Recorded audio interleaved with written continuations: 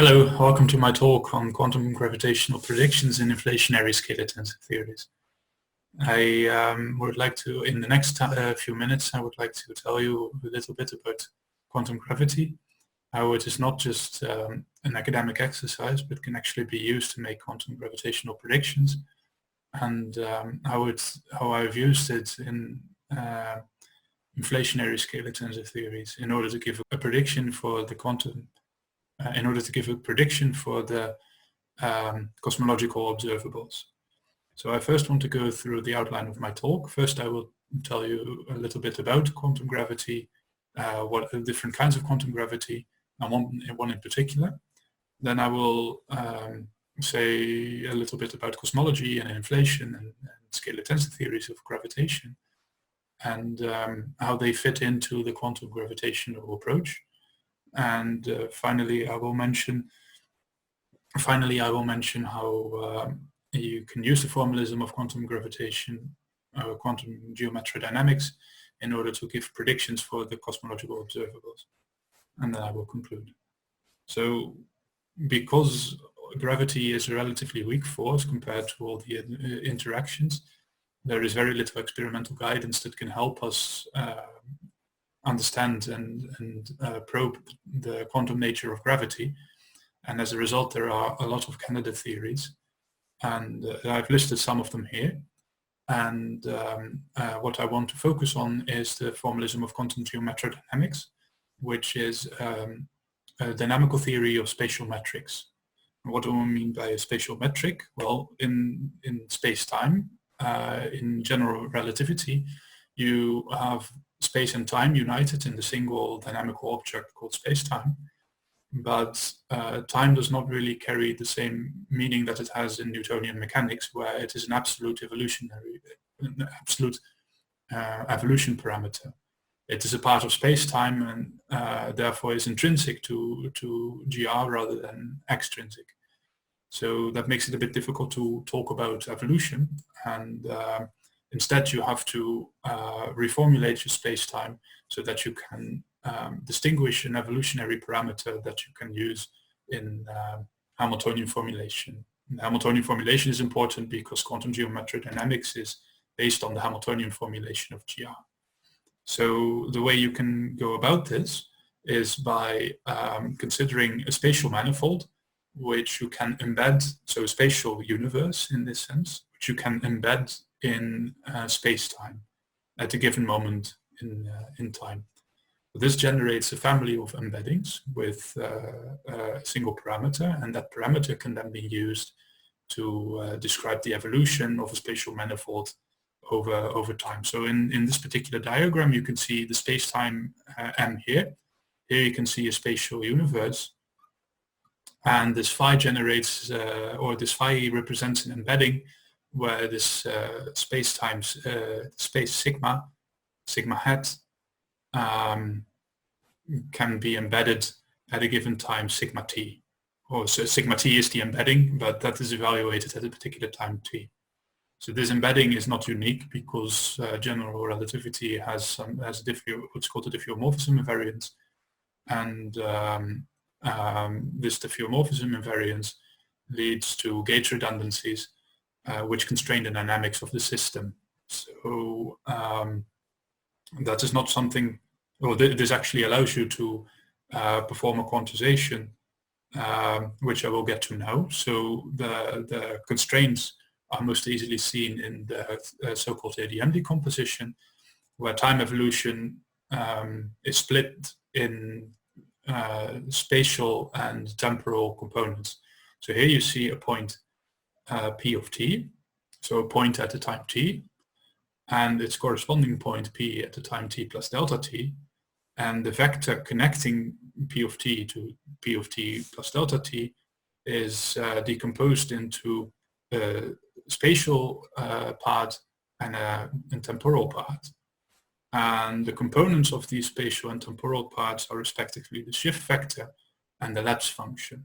And then the line element decomposes in this form, where you have a spatial metric gamma AB. So that is the metric on the embedding sigma t.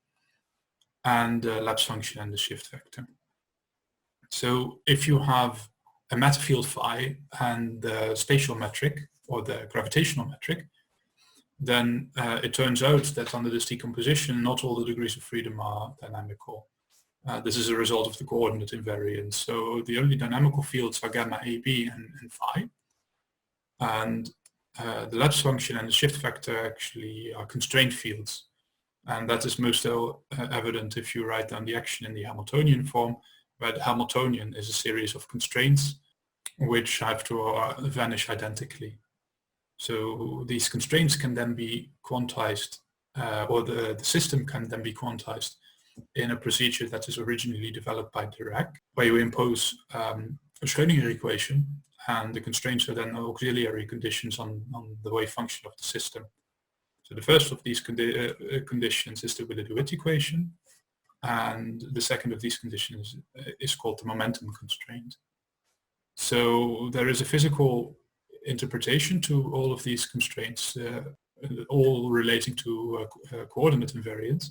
So the Wille-de-Wit equation represents time reparametrization invariance,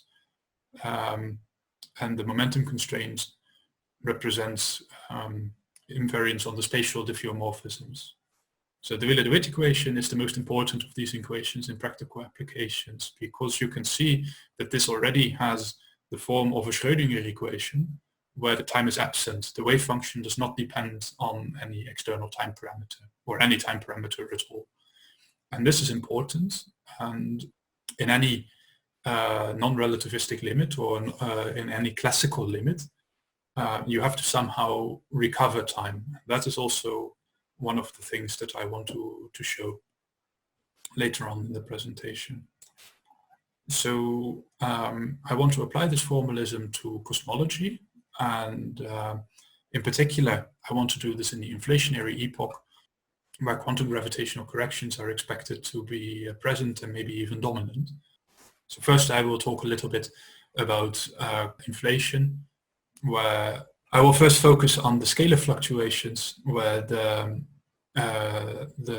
power spectrum amplitude is given by this expression, where V is the inflaton potential. And the amplitude is given experimentally by approximately this value.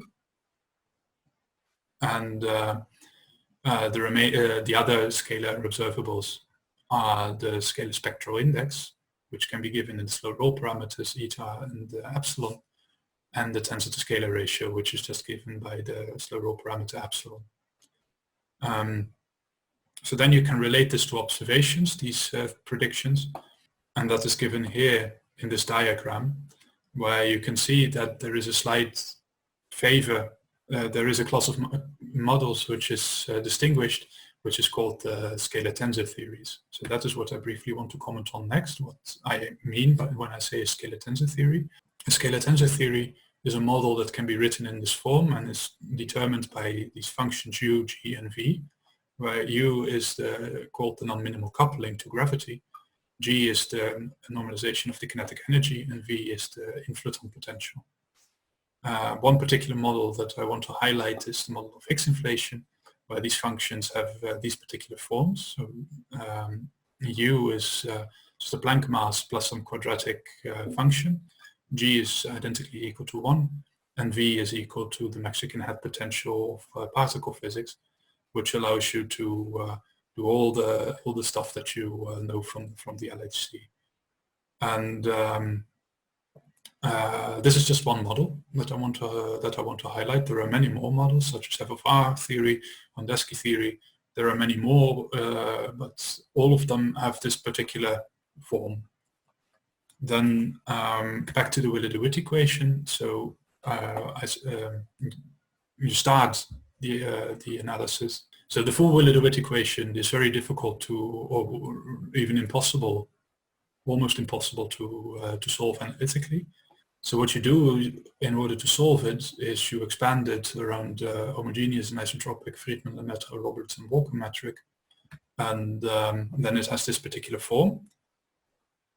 So S is equal to some combination of U, G, and the derivatives. A is the scale factor, and phi is the Higgs field in this case. And these terms here, they parameterize the cosmic fluctuations, which, because they are small, are parameterized as harmonic oscillators. Then you can make an ansatz for the wave functional, where Q is the variables of the background, so the scale factor and the Higgs field, and small q's are again the cosmic fluctuations. Under these assumptions, the Relativity equation can be separated in a term which depends strictly on the background, and an equation which depends on the background and the fluctuations. So these equations, although they are simpler, are still very difficult to solve analytically. So typically you have to resort to some sort of approximation scheme. What I did with my collaborator in the paper is to perform a semi-classical expansion of these equations. This has the advantage that, first of all, this semi-classical expansion is very systematic, and second, that it allows you to order by order recover classical physics, quantum physics, and quantum gravitational effects. So that is what I want to focus on now. And so first I solve for the background, and that means that I make this semi-classical ansatz and substitute that in the background Relativity equation. And then I find, to a leading order in this expansion parameter lambda, that I have this equation. And this equation is the Hamilton-Jacobi equation, which is equivalent to the classical equation of motion. So that is what allows me to define a notion of time by making these substitutions. So here I have my time variable given in terms of the derivatives of this function s, S0. And then I find that S1 and S2 are WKB corrections when their corresponding equations are expressed in terms of this time variable. And then I turn to the perturbations. So I make a similar semi-classical expansion, and then depending to which order I expand my equation, I find a Schrödinger equation, or I find a Schrödinger equation which has quantum gravitational corrections, where I get this extra potential term, which I can associate with the quantum gravitational effects. So this is all still relatively abstract. Now I want to relate this to known physics in the sense of cosmological perturbation theory.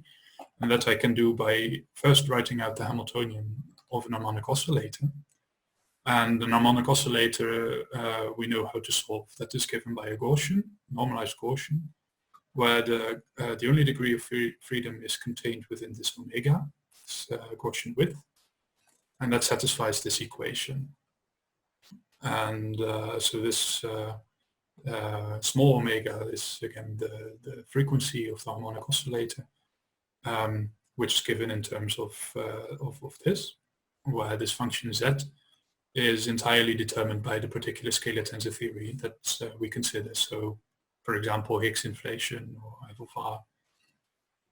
And once we have this solution, we can substitute this into the power spectrum, which is simply the variance of the fluctuations. And under a variable transformation, I can then show that I get the exact same result from cosmological perturbation theory. So this is just a nice consistency check that from the full Relativity equation, you can recover something that is equivalent to quantum mechanics. In this case, because of the application in cosmology, this is the power spectrum. Then I can perform this, the same trick with the Schrödinger equation with quantum gravitational corrections. The only difference in the power spectrum is that instead of just this Gaussian width, I have an extra term here, which is the quantum gravitational effect. And this quantum gravitational effect I can plot here where I have the different slow roll contributions highlighted. The question is now, what is the effect from quantum gravity in the cosmic observables? And unfortunately, that is not very, very big, even for general scalar tensor theories, because the uncorrected power spectrum is constrained to be of the order 10 to the minus 10, as we have already seen. And these corrections are again proportional to the same prefactor. So that is additionally suppressed by a factor of 10 to the minus 10. One important conclusion, though, is that in contrast to the uncorrected power spectrum, is that the corrected power spectrum is explicitly scale dependent. It goes as the inverse Q of the energy scale. And that is a very, very nice conceptually observational signature. So with that, I would like to conclude. So what do we take home from this? First of all, there is a possibility to use quantum gravity to make concrete and testable predictions, even though the predictions may not actually in the near future be experimentally realizable. Through a systematic expansion of the Relativity equation, you can recover classical physics, and you can recover quantum physics, which we have seen in the context of cosmological perturbation theory. And finally, the quantum gravitational corrections of the power spectrum are too small to be observationally detected in the near future, even for general scalar tensor theories. And with that, I would like to thank you for your attention.